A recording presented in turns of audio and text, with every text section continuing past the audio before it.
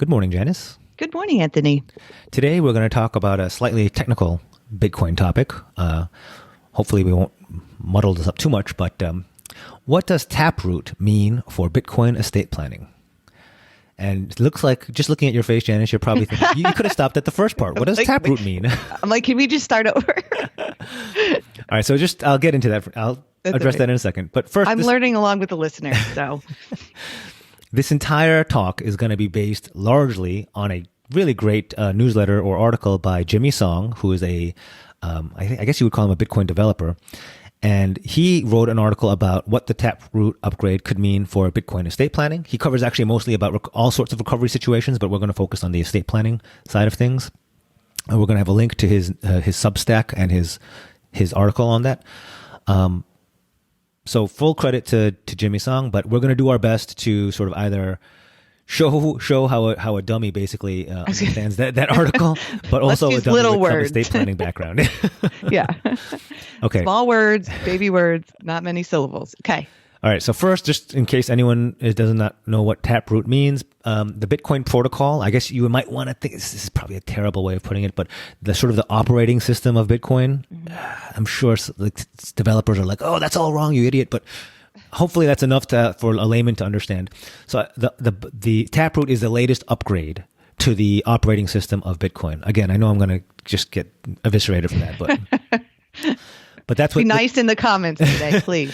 But that's what my understanding of what Taproot means. It was a very recent big upgrade, and upgrades to the Bitcoin protocol are very, very infrequent. So it was kind of a big deal.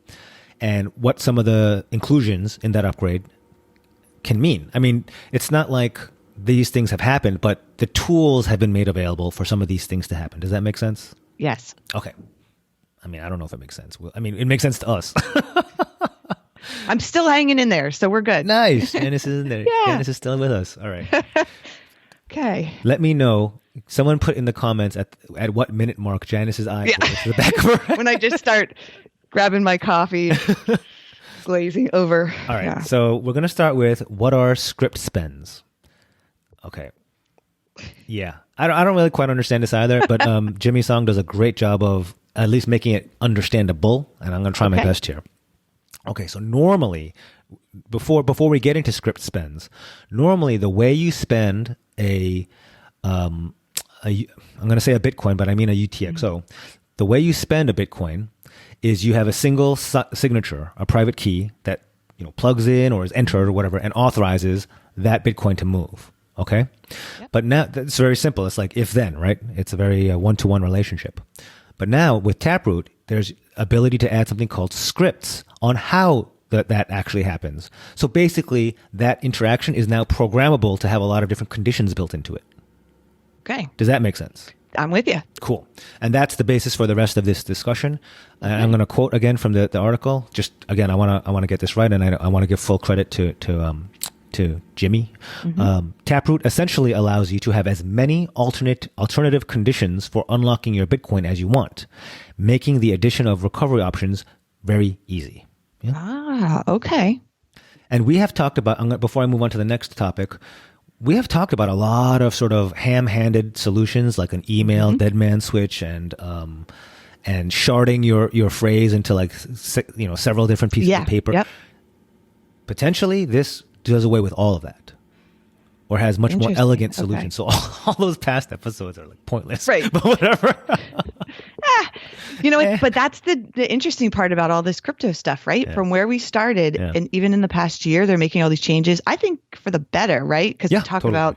Yeah, some of the stuff we talked about, they had no solution for. Exactly. And that's why we were coming up with these really weird, what do we call them? Da Vinci Code type solutions. Right. But there was no other choice because there was literally nothing else that we could have done. So this is okay. All right. So Jimmy does a great job of sort of imagining, because again, none of this exists. Rather, the tools, meaning the spend scripts, are now script spends, are now something that you can program with, but nobody has actually made these programs. Okay.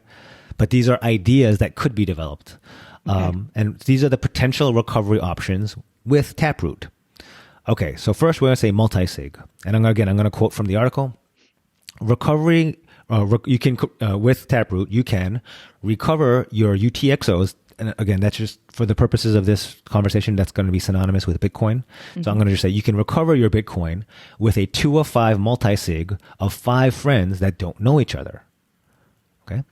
Okay. The only thing I don't quite understand is how this is different from existing multi-sig solutions. I don't understand how Taproot makes this different. Yeah, because we've talked about that. We've talked about multi-sig for months now. Oh, yeah. So maybe there's a way that this makes it much easier to implement a multi-sig. I don't know. If anyone can enlighten us or send me an email or a comment, I would really appreciate it. Okay. Another potential solution, again quoting from Jimmy Song's Substack, is a 1 year time lock. You can recover your Bitcoin after a time lock of 1 year, and the locked key that belongs to a known service like Unchained or Casa. We've talked about Casa before. Yeah. So what does that mean? Did you understand that, Janice, or should I try to? Okay. Please. That one lost me. So I think this is basically like sort of like an unclaimed funds type mechanism where after 1 year of inactivity, it'll automatically switch access to a key that's held by a third party. Gotcha. Right. So as long as I'm checking in if I'm understanding this correctly, as long as I'm accessing this Bitcoin, once a year to show that it's an active account, very similar to unclaimed funds that you and I are familiar with. Right. Nothing happens. It's just your Bitcoin. But if there's inactivity for 1 year or longer, perhaps, then the spend script or scripts, I keep getting it wrong, script spend will automatically authorize a third-party key to access that Bitcoin. A third-party, Casa is a company that specializes in Bitcoin custody and security, and they would get probably not the only key, but probably one of a multi-sig key.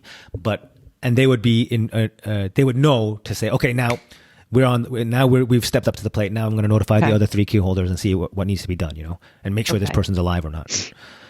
So that's.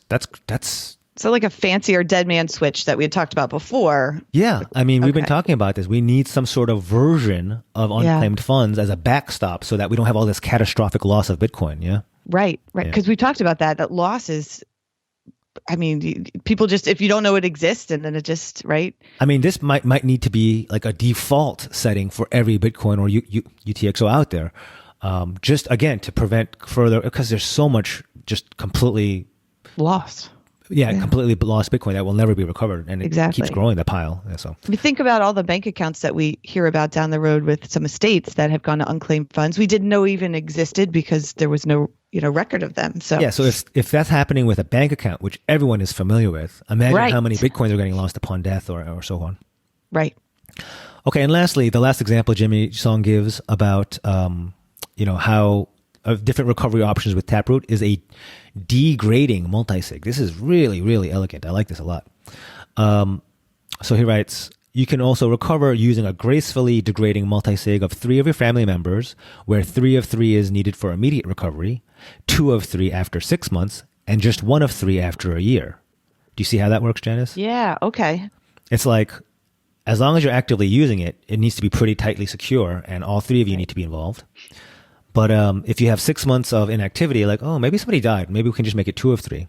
Okay. And then if it's been a year, maybe, and this is just an example, these numbers and dates can change, but after a year, that's like an unclaimed fund situation where, look, free for all, anyone. And then maybe if it's after 3 years, a key goes to a service like Casa or something like that, like we mentioned. Right. Just all these layers. That makes sense. Yes. And this is all to make up for the fact, for anyone who's completely new, that Bitcoin is not like your bank. And it's kind of the point. But if you lose your password, there's no way to click, I forgot my password, and get a password recovery. That doesn't exist. So you need to have like multiple contingency plans. Otherwise, it might just be gone. Yep. Yeah. What do we talk about? That still applies. That you're more likely to lose your own password than you are to, right? Yeah. To be hacked or whatever. Yes. Yep. So, I mean, the bottom line is it seems like with script spends, these options seem to be limited only by the imagination of the programmers. That's super encouraging. Oh, interesting. Yeah. Now, the Jimmy Song's article talks about the privacy of these recovery options, and he says that you only have to reveal the recovery method when you spend using it. What that means is your friends don't even have to know that they're part of your backup plan.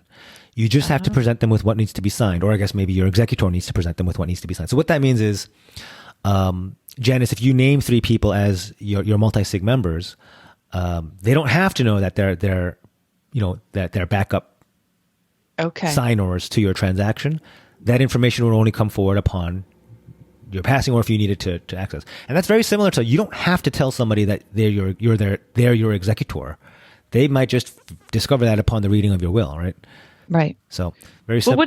Well, what do you think about that, though? That would you want somebody to know or not know? Well, the only problem I see with that, from a real world perspective, is that if I understand correctly, everyone has to have a signer or a hardware wallet or some sort of private key to be a part of this.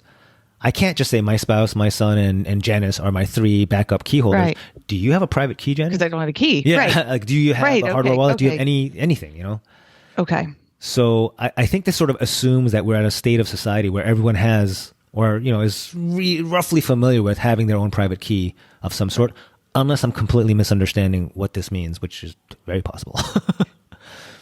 But yeah, I don't think we're at the point where it's almost like saying, hey, everyone just put in their social security number. Like, everyone knows what that is and it hasn't memorized and whatnot. That's not the case here. This is like everyone put in your, I'm trying to think of a device that some people have, but not everybody has. I don't know. Like your radar detector. Like, I don't even have a car. Wow. I don't know. I just came up with something weird. Right. So yeah, maybe have at least one. So since I don't think that's, at least in this snapshot of time, that's not quite reasonable, maybe at least have one tech savvy signer in your group, whether that's, or at least enough tech savvy signers to meet a minimum quorum, like have a company like Unchained or Casa as one of your backups, or a tech savvy professional executor. I know I'm not even tech savvy, but enough. I know how to at least sign something, a transaction. I think I do at least. We've only done a couple thousand, but yeah. No, but so maybe at least in this stage of development, it's not so smart to rely on every 3 family members to have digital signatures, but maybe it'll cascade down to at least a company like Unchained or Casa, or to your chosen professional executor like me, or anyone else, whatever, who's familiar with these technical requirements. Let's put it that way. Yep. And this is just, like we talked about, it's evolving, right? And so this next time we talk, there may even have found a solution for that. And I hope so, yeah, for sure.